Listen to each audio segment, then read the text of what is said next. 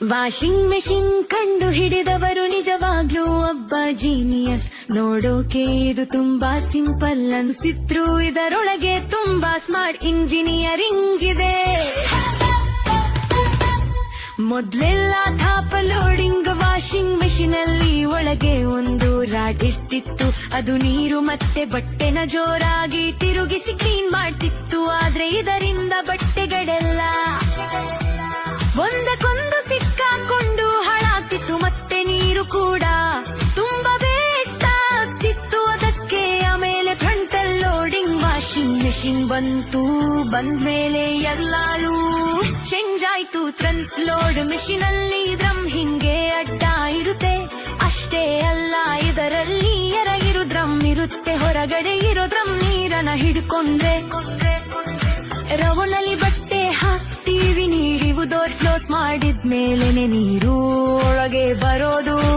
ಅದಕ್ಕೆ ಎಷ್ಟು ನೀರು ಬೇಕು ಅಂತ ಅಳತೆ ಮಾಡೋಕೆ ಒಂದು ಏರ್ ಪ್ರೆಷರ್ ಸೆನ್ಸರ್ ಇರುತ್ತೆ. ಆಮೇಲೆ ನೀರನ್ನ ಬಿಸಿ ಮಾಡೋಕೆ ಒಂದು ಹೀಟಿಂಗ್ ರಾಡ್ ಇರುತ್ತೆ. ಯಾಕಂದ್ರೆ ಡಿಟರ್ಜೆಂಟ್ ಬಿಸಿ ನೀರಲ್ಲಿ ಚೆನ್ನಾಗಿ ಕೆಲಸ ಮಾಡುತ್ತೆ. ಇವಾಗ ಸಲಿ ಕೆಲಸ ಶುರು ಆಗೋದು. ಡ್ರಮ್ ತಿರುಗಿದಾಗ ಅದು ಬಟ್ಟೆಗಳನ್ನ ಮೇಲೆ ಎತ್ತಿ ಮತ್ತೆ ಕೆಳಗೆ ಬೀಳಿಸುತ್ತೆ. ಈ ತರ ಮೇಲೆ ಕೆಳಗೆ ಬಿದ್ದು ಬಟ್ಟೆ ಕೆಲಿನಾಗುತ್ತೆ. ಇದಕ್ಕೆ ನೀರು ಕಮ್ಮಿ ಸಾಕು, ಮತ್ತೆ ಬಟ್ಟೆಗೂಳೆದು ಒಳ್ಳೇದು, ಹಾಳಾಗಲ್ಲ.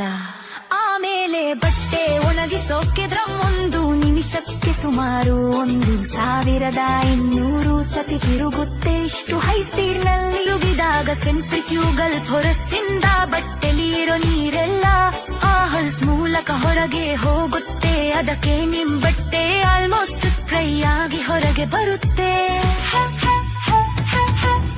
ಆದ್ರೆ ಡ್ರಮ್ ಇಷ್ಟು ಸ್ಪೀಡ್ ಅಲ್ಲಿ ತಿರುಗಿದಾಗ ವೈಬ್ರೇಷನ್ ತುಂಬಾ ಜಾಸ್ತಿ ಆಗುತ್ತೆ. ಅದಕ್ಕೆ ವಾಷಿಂಗ್ ಮೆಷಿನ್ ಒಳಗಡೆ ಡ್ರಮ್ ಅಲ್ಲಾಡಬಾರ್ದು ಅಂತ ಅದನ್ನ ಮೇಲೆ ಮತ್ತೆ ಕೆಳಗೆ ಸ್ಪ್ರಿಂಗಿಂಗ್ ಹಾಕಿ ಹಿಡಿದಿಟ್ಟಿರುತ್ತಾರೆ. ಮತ್ತೆ ಭಾರವಾಗಿರೋ ಕಾಂಕ್ರೀಟ್ ವೆಯ್ಟ್ ಗಳನ್ನ ಒಂದು ಮೇಲೆ ಒಂದು ಕೆಳಗೆ ಇಟ್ಟಿರುತ್ತಾರೆ. ಇದರಿಂದ ವೈಬ್ರೇಷನ್ ಕಂಟ್ರೋಲ್ ಅಲ್ಲಿ ಇರುತ್ತೆ. ಇದೆಲ್ಲ ಇಲ್ಲ ಅಂದ್ರೆ ವಾಷಿಂಗ್ ಮೆಷಿನ್ ಡಾನ್ಸ್ ಮಾಡೋಕೆ ಶುರು